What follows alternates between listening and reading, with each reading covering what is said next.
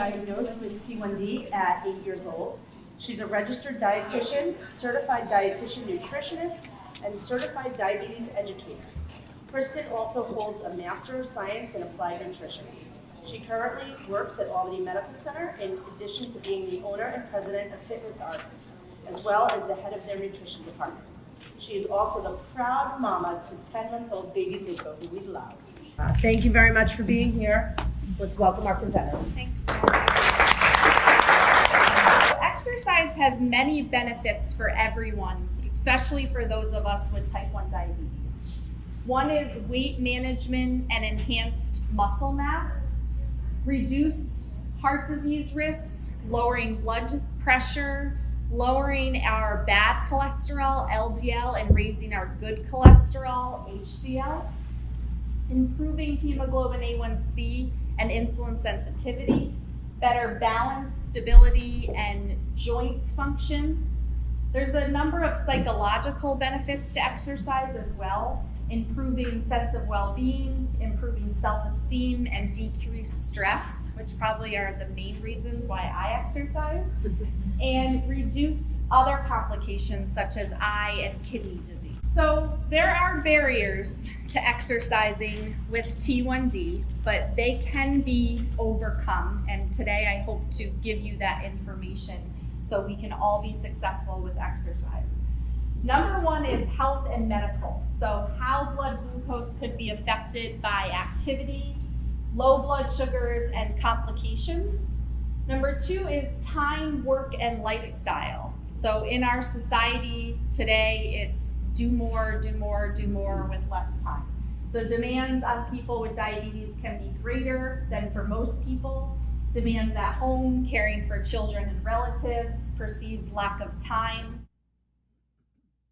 And others are low level of motivation to exercise, embarrassed or fear of failure, body image concerns, cost and access to facilities, and weather.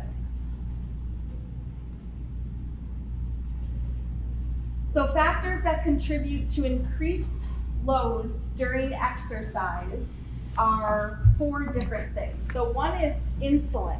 People without diabetes do not make insulin during exercise. People with diabetes can't turn off the insulin that has been injected, otherwise known as insulin on board. The absorption and action of insulin. So people without diabetes, the insulin action is fast. People with diabetes, insulin action can take a while to start and remains longer. Too much insulin can cause the muscles to take in more sugar from the bloodstream, leaving less sugar in the blood being available to the brain. Our counter-regulation hormones without diabetes, they're working properly. With diabetes, they're not working properly. So the body's natural defense against low blood sugar is not working, and that's the insulin and glucagon response. So glucagon may eventually work. Who's ever had a low blood sugar or treated a loved one with a low blood sugar and then an hour later had a high blood sugar, right? So a delayed glucagon response. So things are off. And liver sugar. So people without diabetes, the liver stores sugar properly, and people with diabetes have a reduced production of sugar in the liver. So we got a number of things not working in our favor. So different forms of exercise have different effects on the blood glucose. Intense exercise can cause high blood sugars and may increase insulin needs afterwards. So glucose is exclusive fuel used during exercise, especially intense exercise. So we're talking about a quick sprint that can cause blood sugars to go up.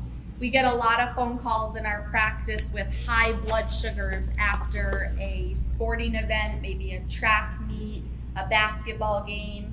And parents get frustrated. They don't understand. They're exercising so much. Why are we dealing with high blood sugars? I thought we'd be dealing with low blood sugars. So we're going to talk about why. So resistance exercise is actually a good way to avoid low blood sugars. So for example, weightlifting causes sugar levels to drop very little over a 40-minute time. Aerobic exercises causes sugar levels to drop a lot over a 40-minute time. Adding resistance training before aerobic activity can actually help minimize low blood sugars. It can reduce the need for carbs during exercise, which to me is huge, because who wants to stop halfway through their workout and have to eat, or stop their workout and then have to go back to it later? Chances are you're not going to go back. It's always important to carry carbohydrates when exercise. So anyone that knows me knows when I go to a fitness class or I jump on the elliptical, I have juice boxes right there next to my water. So if I start to see the trend down in my blood sugar, I can treat it before we get to a low.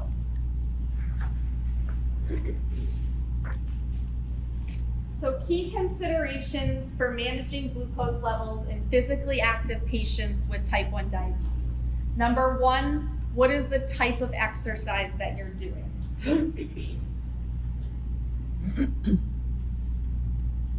2, what is the duration and intensity of the exercise? 3, timing of exercise in relation to time of day and intake of food, insulin on board, and number 5, the impact of previous exercise and previous low blood sugar. So when we have people first diagnosed with type 1 diabetes, we go over how important it is to monitor blood glucose levels before, during, and after exercise. And the most important thing to remember is the way my blood sugars respond to exercise may not be the way that Ray's blood sugars respond to exercise. So everyone's type 1 diabetes is a little bit different, and that's why it's important to kind of keep a chart on what happens to the blood sugar based on what activity that you're doing. Exercise in type 1 diabetes leads to glucose imbalance due to altered physiological responses. So our blood sugar can either go low or high or remain stable. So during normal blood sugars, there's usually a decrease in insulin levels and an increase in your counter-regulation hormones. So glucagon, growth hormone, cortisol, and this is just a little chart showing you what happens with the insulin and the hormones. During low blood sugar, that means there's too much insulin on board, and there's the broken counter-regulation, so that glucagon response is not working as it should. During high blood sugars, there's too little insulin on board, and there's an increase in our counter-regulation hormones. And this is typically when an anaerobic metabolism happens, so lactate production starts to happen in the muscles.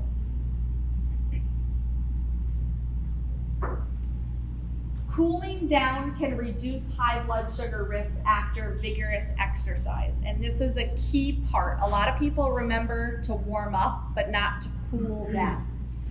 Sitting after anaerobic activity can easily spike blood glucose due to low insulin and no muscle contraction.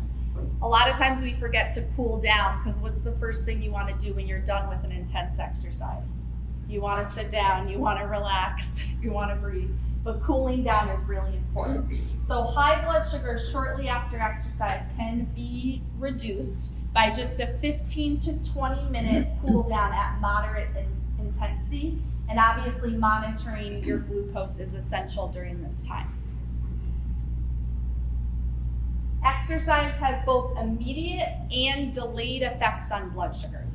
So who's ever seen you do an intense exercise, or your child does an intense exercise, and overnight they wake up with a low blood sugar, right? So that's called a delayed response of the exercise on the blood sugar.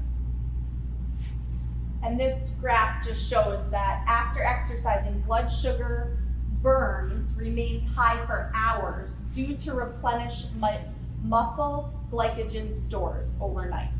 So that's what's going on. That exercise that you did sometimes can have a delayed response up to 48 hours after exercise on blood sugar. The body adjusts its source of energy as intensity of exercise and overall fitness changes. So the more intense the exercise, the more glucose is burned as fuel to keep you going. The more fit you are, the more insulin sensitive you are. Lower intensity exercise, more fat is burned. Where higher intensity exercise, more glucose and glycogen are burned.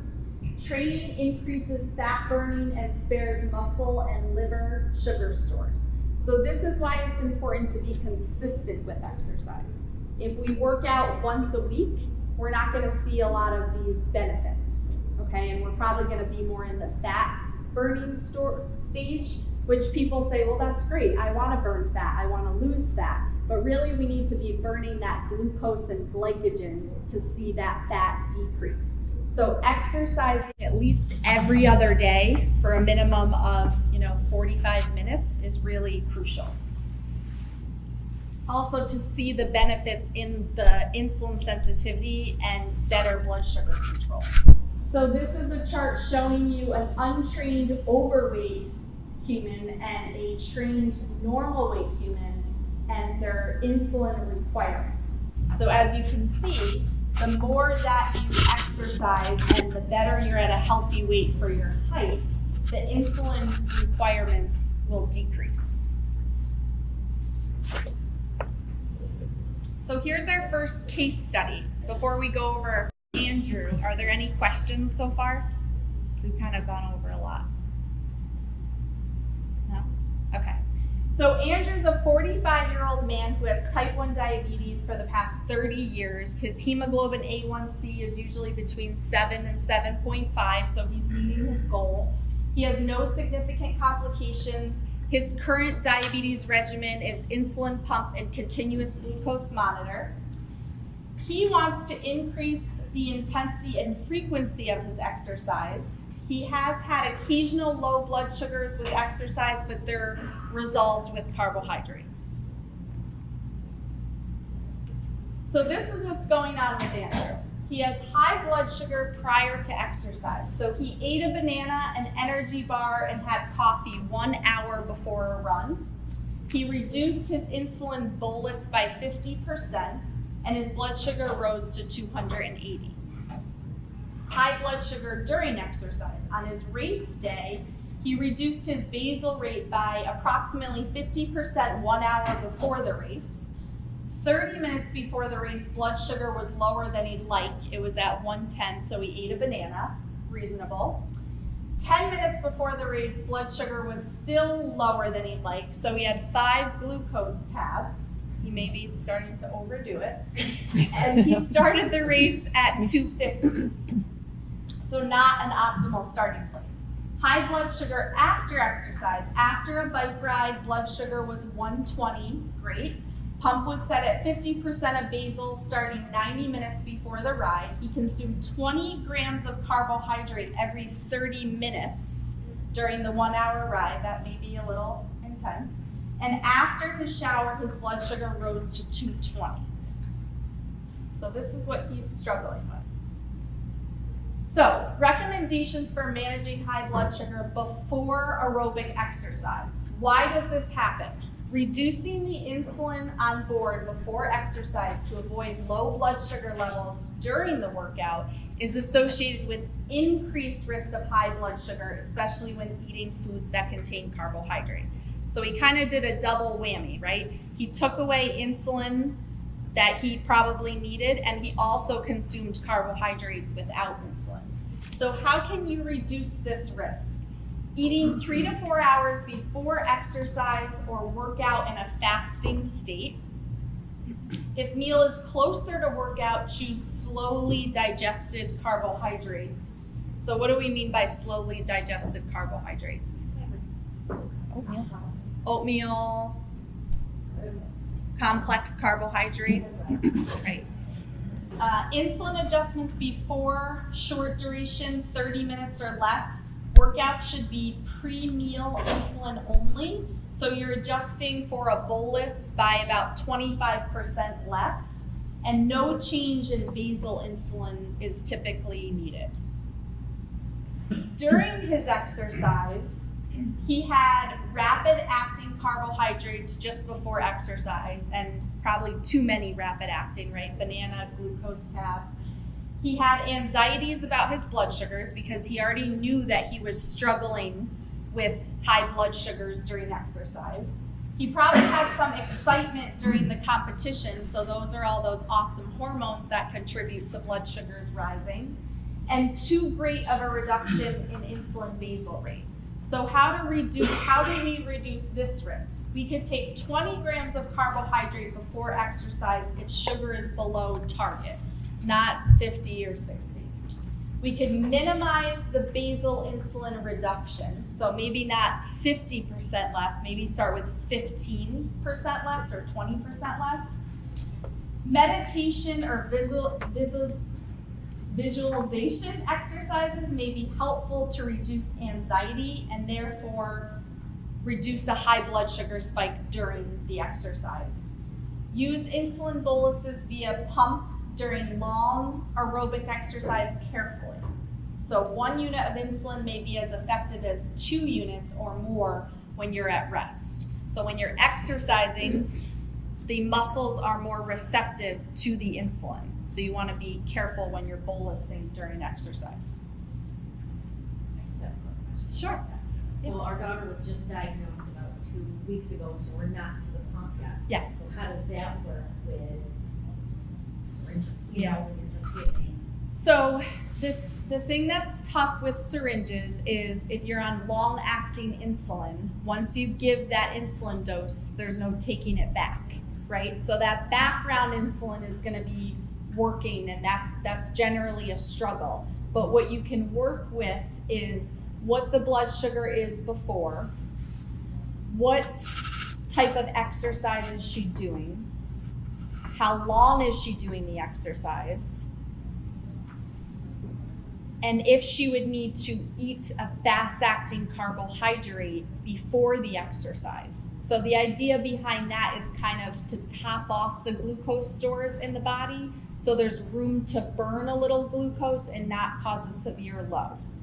So for example, if I know I'm gonna go out, I don't run unless someone's chasing me, but I do power walk to try to do my cardio.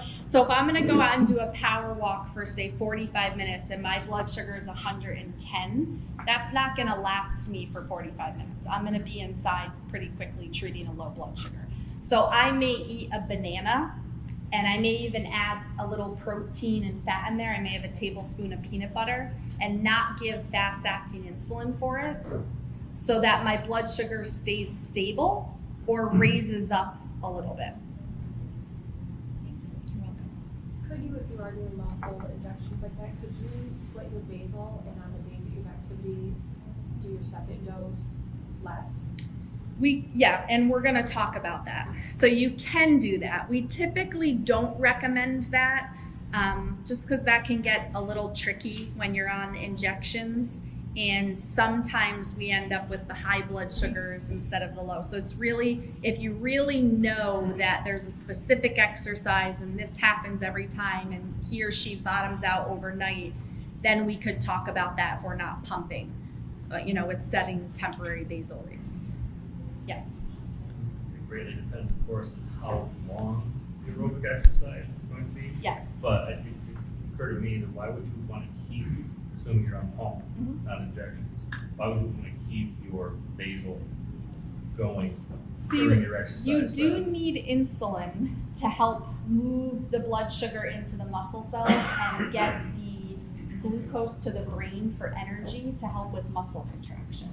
So completely taking away all insulin during exercise can be kind of contraindicated and make exercise hard.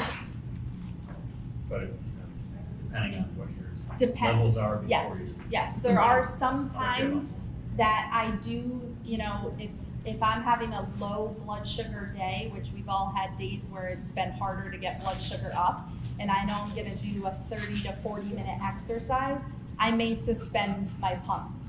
But it is gonna be harder for me to get through that exercise because I'm not getting that full glucose utilization.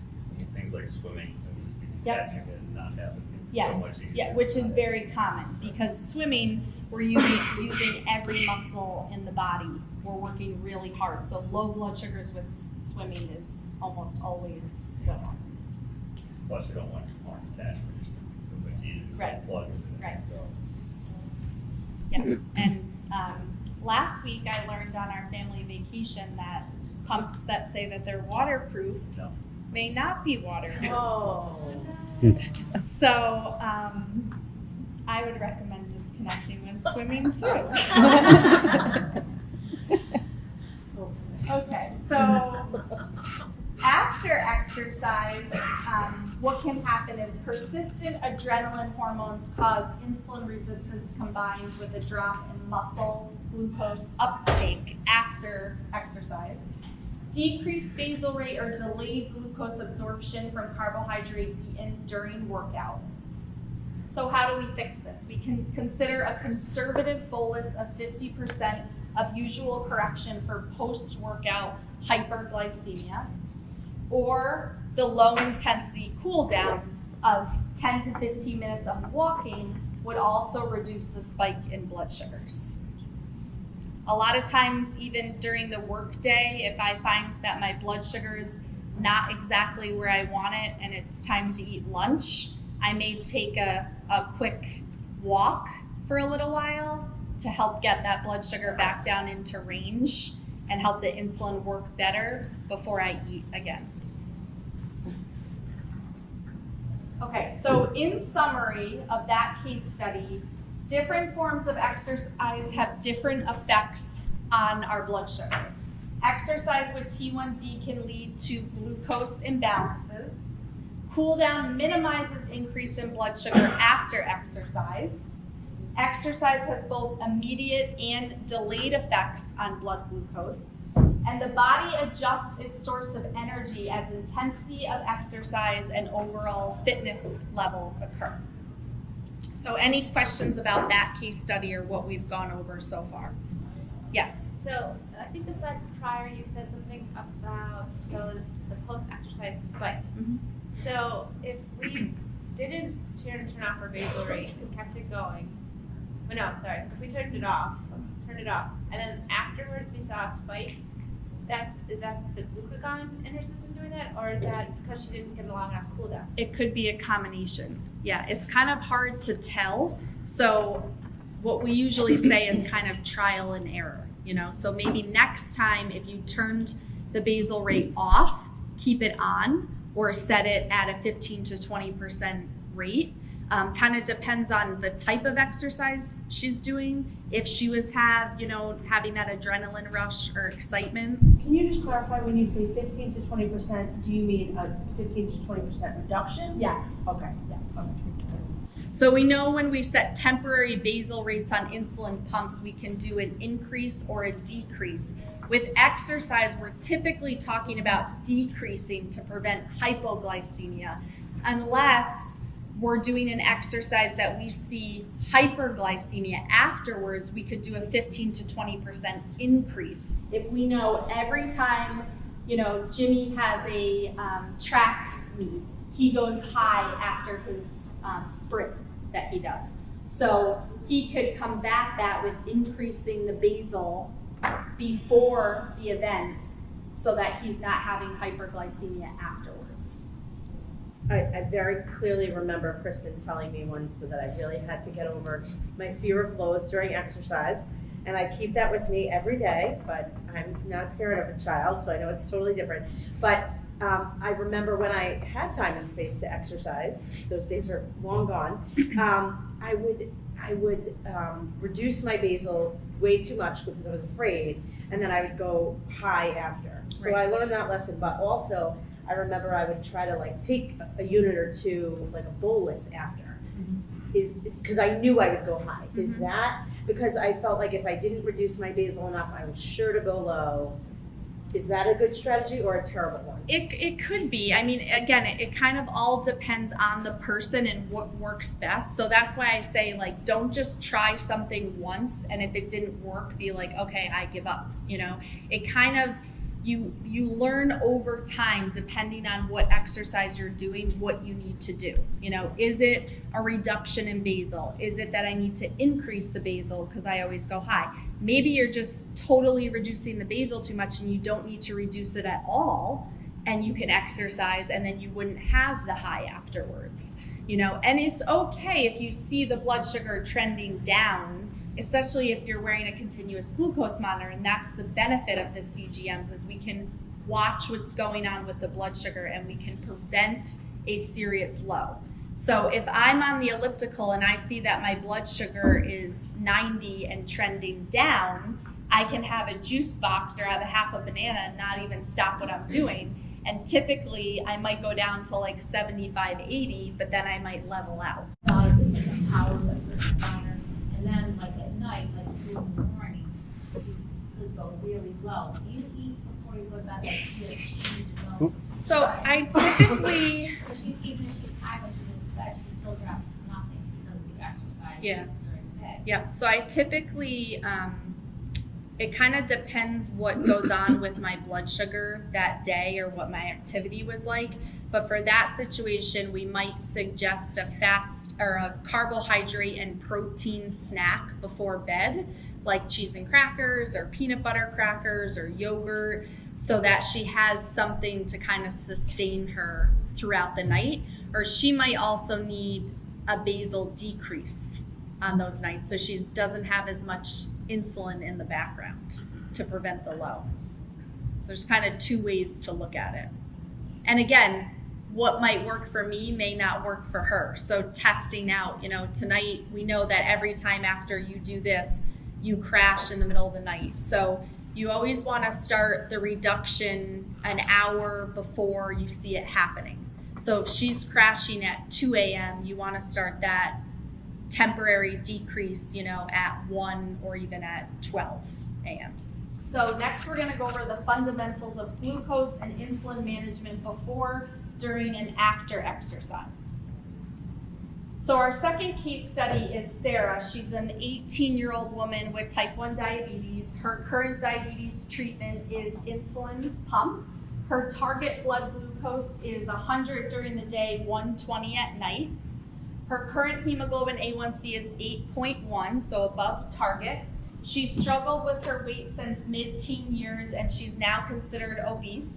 She also struggles with mild anxiety and depression. She's interested in starting an exercise program for fitness, mental health, weight management, and glycemic control. So she is carbohydrate counting. She has no dietary restrictions. She often omits entering carbs into pump, mainly using experience estimation. Her total calories are around 2,300 a day, 3 meals a day with a snack, and those are the macronutrient breakdowns. She wants to lose weight. Her primary goal is to avoid college weight gain. She also wants to limit the need to treat low blood sugar during exercise. So she wants to do modest exercise. Right now she's working with children at a day camp. She plans to go to the college gym twice a week, maybe more. She wants to maybe dabble in weightlifting, and she agrees to resume her continuous glucose monitor use.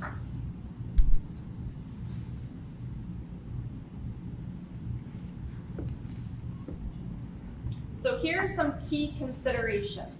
So we know by now at this point in the presentation that carbohydrates are our major fuel source for exercise.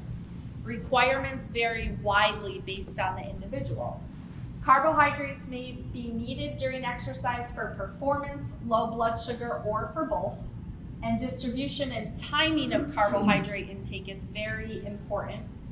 You want to consider including part of daily carbohydrate intake in the period 4 to 5 hours after exercise, and we'll go into further detail. So I can't say this enough that frequent glucose monitoring is key during exercise. So I always say that blood sugars we use as data. The more data we have, the better we're able to control glucoses and make changes. So the more data we can look at during an exercise, the better we're able to manage those high and low blood sugars. So the best way to avoid low blood sugar is to regularly monitor, check glucose levels before, during, and after exercise. People with type 1 diabetes should not exercise if their glucose meter or CGM and strips are not readily available. So before exercise, and this goes to the multiple daily injections versus the insulin pump. So if you're on multiple daily injections, basal insulin dose adjustment is not routinely recommended. If you're on BID basal, so 2 injections a day, if you're splitting up Lantus twice a day, or you're on 70-30 insulin, which yes, we do sometimes still prescribe, one could consider reducing one or both of the basal doses by 20% if you're seeing those low blood sugars with specific activities. Patients on insulin pumps can do a basal insulin dose reduction of 50 to 80%, may be useful for exercise over 45 to 60 minutes. The dose could be reduced up to 90 minutes before exercise. So sometimes people need less insulin going into the exercise, during, and after. God bless you. Sometimes people need less insulin going into the exercise during, but then have higher insulin requirements after. It's all specific. So, Kristen, can you just clarify again, because this is what always confuses me. You said reduction of 50 to 80%. You mean really a reduction of 20 to... Yeah, so if you're looking at a scale of 100%, you could put it down to 80%. Okay, but not by 80% Right, to 20%. right. Okay. So recommendations based on starting blood glucoses. So anyone who's come or been to our training for type 1 diabetes, we give out this in our book. And again, this is specific to the person. This is just a guide. So based on the blood sugar, what are we gonna do? So if blood sugar is below 90, 10 to 20 grams of glucose before exercise, delay exercise until blood sugar is above 90. If blood sugar is between 90 and 124, ingest 10 grams of glucose, exercise can be started. Anaerobic and high intensity interval training may be started without carbohydrates because we know anaerobic generally causes high blood sugars. If blood sugar is 125 to 180, aerobic exercise can be started. Anaerobic exercise and high intensity interval training may be started, but you might see that the levels start to rise. If blood sugar is between 181 and 270, aerobic exercises can be started, but anaerobic exercises can be started, but glucose concentrations again may rise. And if the blood sugar is above 270, you always want to check for ketones, because if ketones are present, should we exercise? No. And perform low intensity exercise if ketones are not present. Small correction dose of insulin may be needed.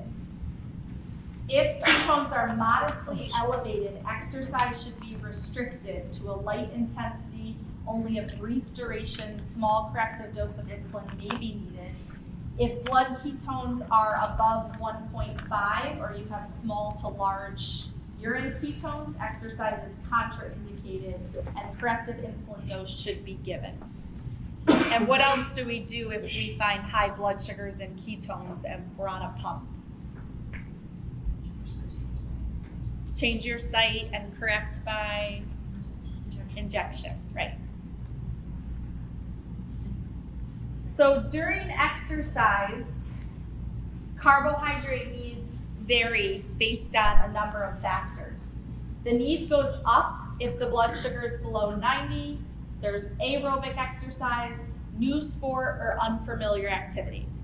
The need goes down for carbohydrates if it's an anaerobic exercise, short duration, there's no insulin on board, and insulin dose was reduced with meal before exercise. And the need can go up or down if it's a competition. because depending on what hormones are being secreted during that exercise. This is one of the biggest questions that I get as a dietitian. Water or Gatorade? Well, what about G2? What should they drink? So number one is always water. Water, water, water. Unless the exercise is above an hour and a half or greater, continually sweating. So I'm talking about, basketball games, soccer.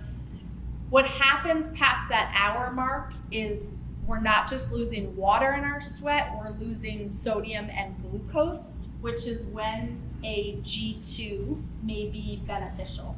But always be careful not to overconsume, because what's happened to a lot of us before, our children before, they drink a Gatorade, maybe they're running low that day or they're sweating a lot, so you give them a Gatorade to drink, and then what happens to the blood sugar after the sporting event? We have highs, right? So just be careful when choosing drinks with glucose in them. So after exercise, 5 grams of carbohydrate per pound of body weight within 1 to 2 hours of exercise. And this is to replenish the glycogen stores that have been burned. Protein should be consumed within 30 to 60 minutes of training for optimal muscle protein synthesis.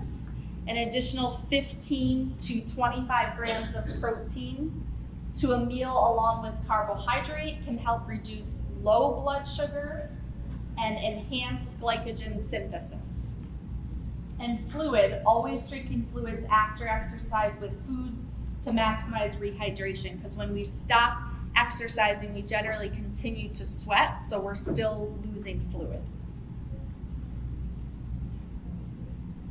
So for Sarah, if she's planning for 30 minutes of the elliptical at the gym, we'd recommend to decrease. So for Sarah, we're saying by 50%, and I generally say 15 to 20%. So again, this is specific on the person.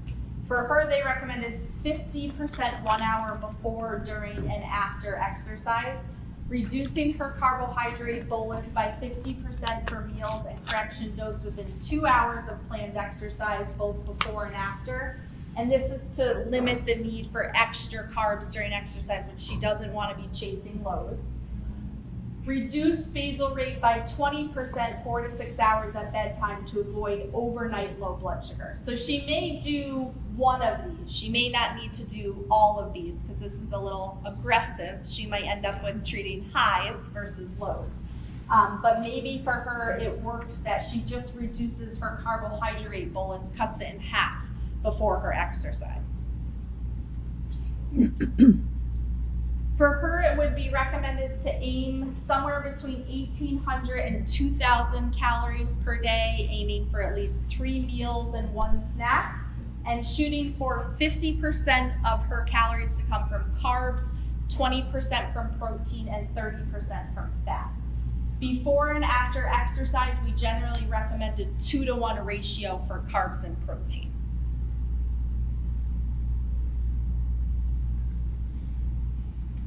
So in summary, talk to your healthcare team about your goals of exercise.